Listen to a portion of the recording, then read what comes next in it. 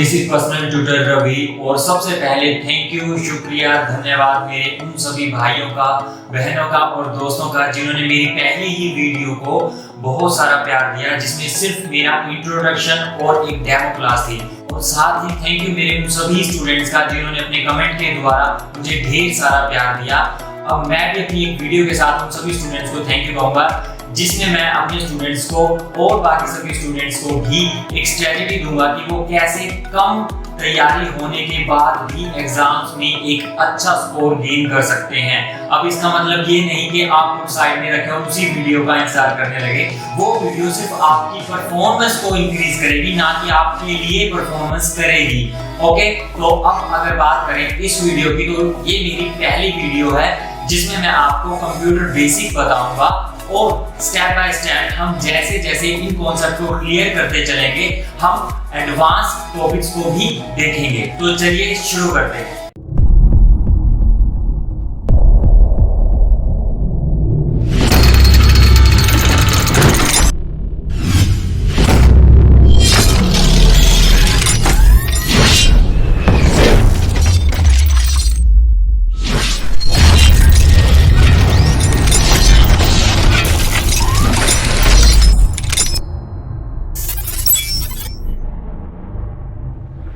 तो ये आ गए हम हमारे लैपटॉप की स्क्रीन पर। कंप्यूटर के बारे में अगर मैं बात करूं, तो जब भी आप कंप्यूटर के बारे में जानने की कोशिश करते हैं, यानी फर्स्टली आप उससे इंटरेक्ट होते हैं, तो आपके सामने मेन 3 क्वेश्चंस आते हैं। तो आज हम इन्हीं 3 क्वेश्चंस के बारे में बात करेंगे, क्योंकि अगर इन 3 क्वेश्चंस का आंसर आपको प्रॉपर्ली अगर पता होता है अकॉर्डिंग टू मी, तो ऑलमोस्ट कंप्यूटर बेसिक का जो बेस होता है वो आपके माइंड में क्लियर हो जाता है। तो चलिए शुरू करते हैं।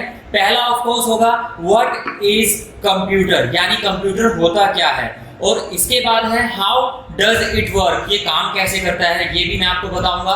और इसके बाद how many basis of it, यानी इसके बेस कितने हैं। तो पहली स्लाइड पे अगर हम देखें तो पहला क्वेश्चन है हमारा व्हाट इज कंप्यूटर, कंप्यूटर होता क्या है, इसकी एक्सप्लेनेशन देख लेते हैं।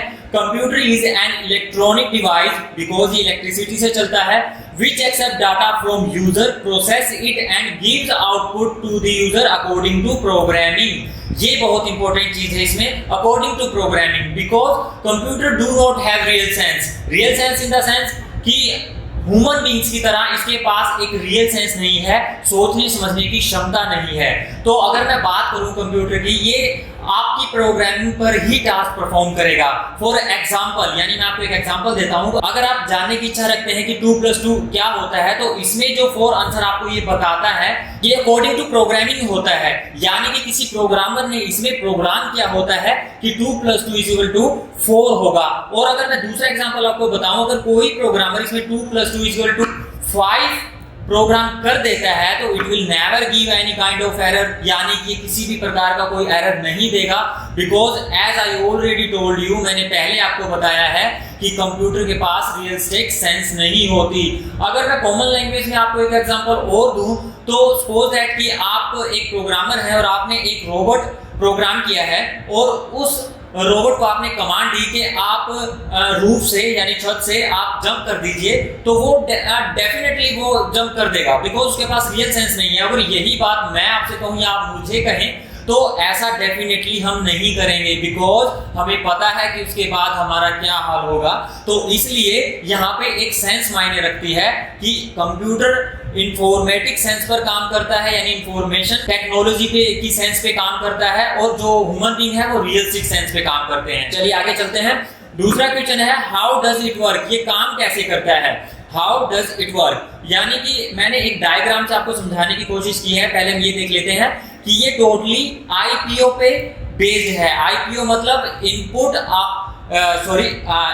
Processing and output. तो यहाँ पर मैंने आपको एक एग्जांपल और दे रखा है कि बेसिक कैलकुलेटर अगर मैं समझाना चाहूँ अगर इनपुट की थ्योरी पे, तो वो कैसे काम करेगा। चलिए ये देख लेते हैं। सबसे पहले यूजर क्या करेगा, एक प्रोग्राम बनाएगा और उस प्रोग्राम में एक नंबर डिसाइड कर देगा, नंबर 1, उसके बाद वो नंबर 2 डिसाइड कर देगा, and at of this task वो उसका एक एक्शन जिसे आप टास्क बोल सकते हैं वो डिसाइड कर देगा कि उसमें वो सम करना चाहता है, सबट्रैक्ट करना चाहता है, मल्टीप्लाई करना चाहता है या डिवाइड करना चाहता है, और उसी के बाद अकॉर्डिंग टू प्रोग्रामिंग आपका कंप्यूटर प्रोसेस करना शुरू कर देगा।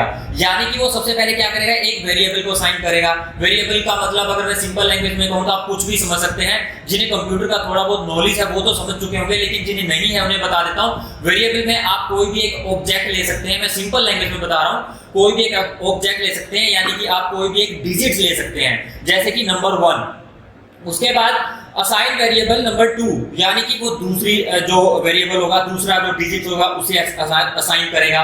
और जो तीसरा टास्क में वो क्या करेगा, select case for the calculation, यानी कि वो उस कैलकुलेशन को सिलेक्ट करेगा कि यूजर ने करने को क्या कहा है, मुझे ऐड करने को कहा है, यानी कंप्यूटर को हमने ऐड करने को कहा है, या सब्ट्रैक्ट करने को कहा है, या मल्टीप्लाई करने को कहा है, या डिवाइड करने को कहा है। At the end of this task वो उसे कैलकुलेट करेगा नंबर 1 और नंबर 2 को, और फिर आपको एक रिजल्ट दे देगा। और जो रिजल्ट आपको मिलेगा वो फाइनली क्या कहलाएगी, आपकी आउटपुट। ये जो आपको यहाँ पे दिखाई दे रहा है, ये रिजल्ट जो है ये आउटपुट कहलाएगा। तो ये थ्योरी थी कंप्यूटर की, वो कैसे आपके लिए काम करता है। ठीक है, आईपीओ क्लियर है आपको? अगर आपको कोई भी क्वेरी, डाउट्स या कोई क्वेश्चन हो तो आप मुझसे डेफिनेटली पूछ सकते हैं कमेंट बॉक्स में, मैं आपको आंसर दूंगा, डेफिनेटली दूंगा। ठीक है, नेक्स्ट चलते हैं। तीसरा है हमारा how many basis of it. Basis यानी कि बेसिस का मतलब आधार, यानी कि कंप्यूटर किन बेसिस पर आधारित है। और अगर बेसिस की बात करूं तो each every object which is existing in this world have their own basis, यानी कि जो भी ऑब्जेक्ट इस दुनिया में एग्जिस्ट करते हैं उन सब का बेसिस है। हम अगर ह्यूमन बीइंग की बात करें तो वो भी एक बेस पर आधारित है। वो बेस कुछ भी आप अकॉर्डिंग टू यू आप समझ सकते हैं, आप अपने पेरेंट्स को अपना बेस समझते हैं, अपने घर को बेस समझते हैं, कुछ भी समझ सकते हैं।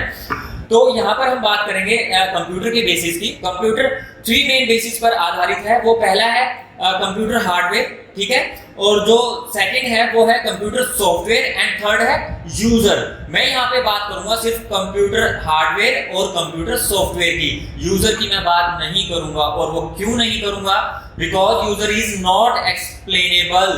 Why not explainable? Because user कौन होता है, हम यूजर होते हैं, ह्यूमन बीइंग यूजर होते हैं, and human beings are according to situations, वो परिस्थितियों के अनुसार बदल जाते हैं। तो इसलिए, और अगर मैं दूसरी बात करूं तो हम खुद को एक्सप्लेन कर भी नहीं सकते। तो यहाँ पर हम बात करेंगे कंप्यूटर हार्डवेयर और कंप्यूटर सॉफ्टवेयर की, दैट्स इट। नेक्स्ट हम देखते हैं कंप्यूटर हार्डवेयर में। तो अगर एक्सप्लेनेशन की बात करूं कंप्यूटर हार्डवेयर की, तो we can say that in simple words that all touchable things of computer is non-computer hardware. Touchable means जिन्हें हम छू सकते हैं, कंप्यूटर की वो सारी चीजें जिन्हें हम छू सकते हैं वो कंप्यूटर हार्डवेयर कहलाता है। जैसे कि अगर मैं ये मेरे लैपटॉप का माउस अगर मैं कहूँ आपको तो ये भी एक हार्डवेयर है। ये अगर कीबोर्ड है, ये लैपटॉप है मेरा, ये इन्हें मैं छू पा रहा हूँ, मैं टच कर पा रहा हूँ, मैं फील कर पा रहा हूँ, तो ये सारी चीजें क्या कहलाएंगी, ये कंप्यूटर हार्डवेयर कहलाएंगी। और आप पिक्चर्स भी देख सकते हैं यहाँ पे, ये सारे कंप्यूटर हार्डवेयर हैं। इनपुट आउटपुट डिवाइसेस की बाद में बात करेंगे, पहले ये क्या है, पहले ये सारे आपके लिए क्या कहलाएंगी, हार्डवेयर डिवाइसेस कहलाएंगी। अब कंप्यूटर हार्डवेयर को अगर मैं डिवाइड करना चाहूँ तो ये दो भागों में, दो क्लासेस में डिवाइड हो जाता है। पहला है हमारा इनपुट डिवाइसेस, दूसरा है हमारा आउटपुट डिवाइसेस। इनके बारे में भी हम डीपली बात करेंगे।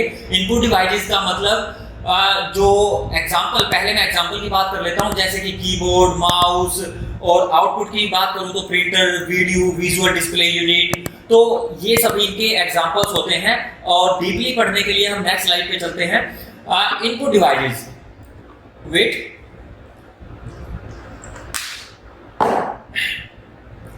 इनपुट डिवाइसेस की अगर मैं बात करूं एक्सप्लेनेशन की, तो that devices with help of we are able to give instructions, order, command to our computer is known as input devices। यानी कि वो सारी डिवाइसेस जिनकी मदद से हम हमारे कंप्यूटर को इंस्ट्रक्शंस, ऑर्डर, कमांड देते हैं, वो सारी चीजें क्या कहलाती हैं हमारे लिए इनपुट डिवाइस। अब एग्जांपल से अगर समझाना चाहूं कि मैं कोई फाइल ओपन करना चाहता हूं, या मैं कोई साउंड फाइल या कोई सॉन्ग ओपन करना चाहता हूं, तो मैं ऑफ कोर्स मेरे माउस की हेल्प लूंगा, इसे डबल क्लिक करूंगा। डबल क्लिक करने के बाद उस पर्टिकुलर फाइल को मैं ओपन करूंगा। और अगर यहाँ पे मैं देखूं, मैं मेरे इस आइकन को इस तरह से सिलेक्ट करना चाहता हूं, तो मैं ये माउस से ही कर पा रहा हूं। तो मैं एक तरह से इंस्ट्रक्शंस दे रहा हूं ना, यानी कि इंस्ट्रक्शंस मैं ऑर्डर दे रहा हूं मेरे कंप्यूटर को। तो इस केस में ये मेरा माउस क्या बन जाएगा, इनपुट डिवाइस बन जाएगा। और अगर मैं इसी के अगेंस्ट टाइप करना चाहूँ, कोई भी एक मैसेज आपको टाइप करके दिखाना चाहूँ, तो उस केस में भी मेरा जो ये कीबोर्ड है, ये आपको जो दिखाई दे रहा है, ये भी इनपुट डिवाइस बन जाएगा। तो आपको मैंने यहाँ पे कुछ पिक्चर्स भी शो कर रखी हैं, यानी आप देख भी सकते हैं। ये जॉयस्टिक ये गेमिंग के लिए यूज होता है। ये स्कैनर, ये स्कैन आप कोई भी डॉक्यूमेंट स्कैन करके उसे सॉफ्ट कॉपी के रूप में अपने कंप्यूटर में इनपुट कर सकते हैं। और ये माइक्रोफोन है, माइक्रोफोन मींस आप अपनी वॉइस को रिकॉर्ड कर सकते हैं। तो ये सभी इनपुट डिवाइस आपके लिए कहलाएंगी। नेक्स्ट चलते हैं। नेक्स्ट हम देखें आउटपुट डिवाइस, यानी कि आउटपुट डिवाइसेस वो डिवाइसेस होती हैं जिनकी मदद से हम कंप्यूटर से हमारे इंस्ट्रक्शंस, ऑर्डर, कमांड का आंसर गेन करते हैं। अगर एक्सप्लेनेशन की बात करूं तो that device with the help of we are able to gain result of or instructions, order or command is known as output devices। ये मैं बता भी चुका हूं आपको अभी। यानी कि आपने कंप्यूटर से पूछा व्हाट इज 2 + 2, आपने सिंपली कैसे पूछा, कीबोर्ड पे टाइप किया व्हाट इज 2 + 2, और उसके बाद वो मैसेज आपके कंप्यूटर को चला गया। उसके बाद उसने प्रोसेस किया, अब वो आंसर तो आपको देगा। अब वो आंसर आपको कैसे देगा, ये आपने कभी सोचा? वो आंसर आपको देगा आपकी वीडियो के थ्रू, यानी कि विजुअल डिस्प्ले यूनिट के थ्रू, जिसे हम सिंपल लैंग्वेज में यहाँ पे मैंने शो भी किया हुआ मॉनिटर बोल देते हैं।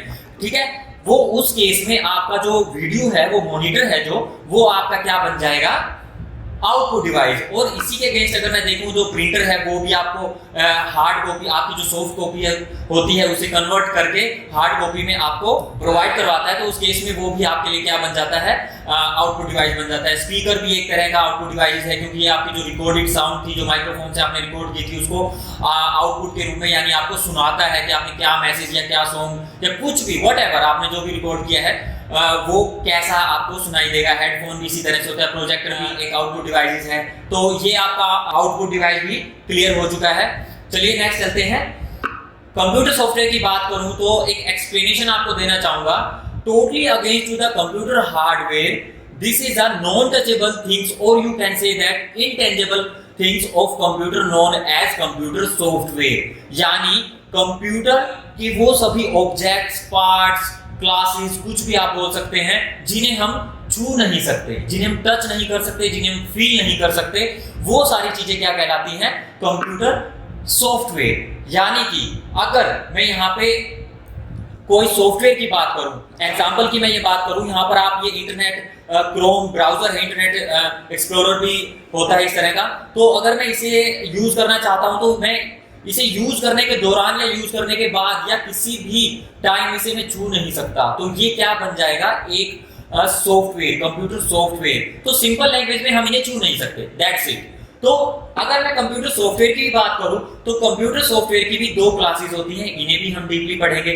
कंप्यूटर सॉफ्टवेयर की वो दो क्लासेस कौन सी होती हैं? पहला है हमारा ऑपरेटिंग सॉफ्टवेयर और दूसरा है हमारा एप्लीकेशन सॉफ्टवेयर। आप ऑपरेटिंग सिस्टम भी बोल सकते हैं और एप्लीकेशन सिस्टम भी बोल सकते हैं। ठीक है, ऑपरेटिंग सिस्टम की अगर मैं एग्जांपल्स की बात करूं तो यहाँ पर Windows, Linux, Mac OS operating system, यानी कि ये सारे आपके एग्जांपल्स हो जाते हैं। और अगर एप्लीकेशन सॉफ्टवेयर के एग्जांपल्स की बात करूं तो ऑफिस, माइक्रोसॉफ्ट ऑफिस, जिन्हें आप सिंपल लैंग्वेज में बोलते हैं, यूटिलिटी सॉफ्टवेयर, और ये सारे गेम कंसोल, ये सभी आपके लिए एप्लीकेशन सॉफ्टवेयर बन जाते हैं। तो अगर यूटिलिटी सॉफ्टवेयर की बात करूं तो ये सिंपल, ज्यादा मैं इन डेप्थ में नहीं बताऊंगा। यूटिलिटी सॉफ्टवेयर वो होते हैं जो आपकी विंडोज को, यानी कि आपके ऑपरेटिंग सिस्टम को मैनेज करते हैं और सिक्योरिटी प्रोवाइड करते हैं। फॉर एग्जांपल यहाँ पर आप मैकेफी सिक्योर एक एंटीवायरस होता है, वो आप देख सकते हैं, या क्लीनर, डिस्क क्लीनर, इस तरह के काफी बार आपने यूज किए होंगे, आप फोन्स में भी आपने यूज किए होंगे, कंप्यूटर में भी यूज किए होंगे। तो ये एक तरह की यूटिलिटी सॉफ्टवेयर बन जाते हैं। और गेम कंसोल तो आपको पता ही है, बच्चे बहुत खेलते हैं आज के टाइम में, बहुत टाइम खराब करते हैं इन चीजों पर। तो ये गेम कंसोल्स भी एक प्रकार के सॉफ्टवेयर होते हैं। और ऑफिस सूट, जो कि मैं आपको मेरे नेक्स्ट लेक्चर में डीपली बताने वाला हूं। और ऑलमोस्ट एक रीजन ये भी था कि काफी लोगों ने मुझसे जानने की इच्छा रखी कि आप हमें deeply Microsoft Office, PowerPoint, Access और एक्सेल, ये सभी आप डीपली समझाएं। तो मैं मेरे नेक्स्ट लेक्चर्स में डीपली ये माइक्रोसॉफ्ट ऑफिस को आपका क्लियर डेफिनेटली करूंगा। ठीक है, चलिए नेक्स्ट चलते हैं। ऑपरेटिंग सिस्टम, और you can say that operating software. अगर एक्सप्लेनेशन की बात करूं, operating software are the system software that create interaction between user and computer hardware. Yes, और इसके बाद मैं बात करूं, this is a kind of platform in which you will run your all kind of application software. यानी कि कुछ हद तक आप समझ गए होंगे कि ये एक प्रकार का प्लेटफॉर्म होता है जिसके अंदर आप सभी अपने एप्लीकेशन सॉफ्टवेयर रन करते हैं। तो सिंपल लैंग्वेज में कहूं जैसे कि आपकी विंडोज एक्सपी, विंडोज 7, विंडोज 10, ये सभी आपकी ऑपरेटिंग सिस्टम होती हैं। और एक एग्जांपल अगर रियल लाइफ से आपको दूं, रियल लाइफ की बात में तो फिर ह्यूमन बीइंग ही सबसे पहले आते हैं। ह्यूमन बीइंग की अगर मैं बात करूं तो अकॉर्डिंग टू यू आप ह्यूमन बीइंग्स में क्या सिस्टम सॉफ्टवेयर समझते हैं? एग्जैक्टली माइंड, क्योंकि माइंड की मदद से यानी कि दिमाग की मदद से ही हम जान सकते हैं कि कौन सी एक्टिविटीज लीगल है, इलीगल है, कौन सी एक्टिविटीज हमें करनी चाहिए और कौन सी एक्टिविटीज हमें नहीं करनी चाहिए। तो उसी केस में ये भी एक तरह का माइंड का ही काम करता है, ये सारा मैनेज करता है, ऑपरेट करता है आपके कंप्यूटर को, और उसी के साथ ये एक इंटरेक्शन भी क्रिएट करता है between user and computer hardware. यानी कि अब मैं आपको समझा पा रहा हूं, अब मैं आपसे बात कर पा रहा हूं, अब मैं आपको ये स्क्रीन दिखा पा रहा हूं, तो ये भी एक प्रकार का मैनेजमेंट है आपके ऑपरेटिंग सिस्टम के द्वारा। तो मैंने आपको ऑपरेटिंग सिस्टम डीपली बता दिया है। अगर आपका फिर भी ऑपरेटिंग सिस्टम से रिलेटेड कोई भी क्वेश्चन है, कोई क्वेरी, आप मुझसे डीपली पूछ सकते हैं। मैं आपको ऑपरेटिंग सिस्टम के बारे में ब्रीफली भी एक्सप्लेन कर सकता हूं एक सिंगल वीडियो में भी। अगर आप ऐसा भी चाहते हैं तो आप प्लीज कमेंट करें, मैं एक वीडियो ऑपरेटिंग सिस्टम पर भी बना दूंगा। ठीक है, नेक्स्ट चलते हैं। नेक्स्ट है हमारा एप्लीकेशन सिस्टम, और you can say that application software. ठीक है, प्रीवियसली मैं आपको ऑपरेटिंग सिस्टम में इसके बारे में थोड़ा बहुत आइडिया दे चुका हूं, लेकिन फिर भी मैं बता देता हूं। एक्सप्लेनेशन पहले पढ़ लेते हैं इसकी। Application software are computing software designed to carry out a single task. Okay, means this is a kind of single software which we will use for specific task. Specific task मतलब एक किसी भी specific task के लिए, एक single task के लिए, यानी कि एक पर्टिकुलर किसी रीजन के लिए जो हम सॉफ्टवेयर यूज करते हैं वो हमारे लिए बन जाते हैं एप्लीकेशन सॉफ्टवेयर। वेट,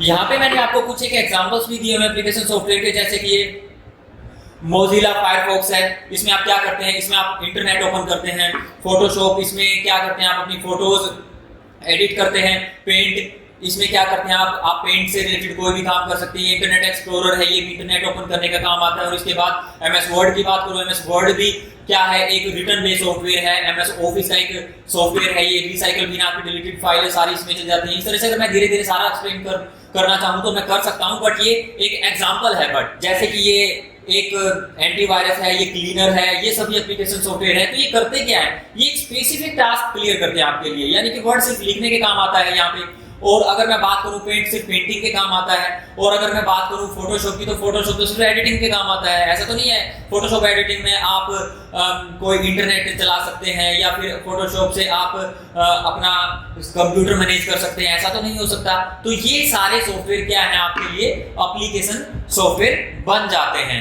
ठीक है, तो मैंने आपको व्हाट इज कंप्यूटर से एप्लीकेशन सॉफ्टवेयर तक ब्रीफली आज समझाया है, और मुझसे जितना हो सका मैंने इस वीडियो को छोटा करने की कोशिश की है, यानी कि यूजर्स कम समय में ज्यादा समझ सकें। तो अगर आपको इससे भी छोटी वीडियो चाहिए तो आप कमेंट करें, क्योंकि इससे छोटी वीडियो में नहीं बना सकता। क्योंकि अगर आपको कुछ समझना है, कुछ जानना है, तो आपको टाइम तो लगाना ही पड़ेगा। बिना टाइम लगाए आप कुछ नहीं समझ सकते। मुझे भी आज ये समझाने के लिए मेरे पिछले कम से कम 7, 8 या 10 साल, आप जितने भी बोल सकते हैं उतने लगाने पड़े। आपको तो फिर भी सिर्फ 10 मिनट लगाने हैं ये सारी चीजें जानने के लिए। तो मैंने आपको ये ब्रीफली सब कुछ समझा दिया। अगर आपको मेरी वीडियोस अच्छी लगी तो प्लीज आप कमेंट कीजिए, आप मेरे चैनल को सब्सक्राइब कीजिए और साथ में बेल आइकन को भी प्रेस कीजिए, ताकि अब मेरी स्टेप टू स्टेप आने वाली वीडियोस बेसिक से लेके एडवांस तक आपको मिलती रहें। और इसी के साथ अगर आपको कोई डाउट है मेरे लेक्चर से रिलेटेड या मेरे वे ऑफ कम्युनिकेशन में या फिर वे ऑफ एक्सप्लेनेशन में भी, तो आप मुझे कोई राय देना चाहते हैं, जैसे कि पिछली मेरी वीडियोस में काफी मेरे यूजर्स ने मुझे अच्छी राय दी और मुझे काफी मदद मिली, और अभी भी आगे मैं चाहता हूं कि आप मुझे राय दें, तो आप मुझे इन सभी मीडिया पे कांटेक्ट कर सकते हैं। मैं डेफिनेटली आपको आंसर दूंगा। आप मुझे मेल पे भी कांटेक्ट कर सकते हैं। तो आज के लिए थैंक यू, शुक्रिया, धन्यवाद। मिलते हैं अगली वीडियो में। तो ये मेरी पहली वीडियो थी कंप्यूटर बेसिक पर, और इसी वीडियो का मैंने एक इंग्लिश वर्जन भी ऑलरेडी मेरे यूट्यूब चैनल पर अपलोड कर दिया है। आप प्लीज जाकर वो वीडियो देखें और साथ में मुझे राय दें कि मुझे मेरा यूट्यूब का सफर किस तरह से जारी रखना चाहिए। Thank you.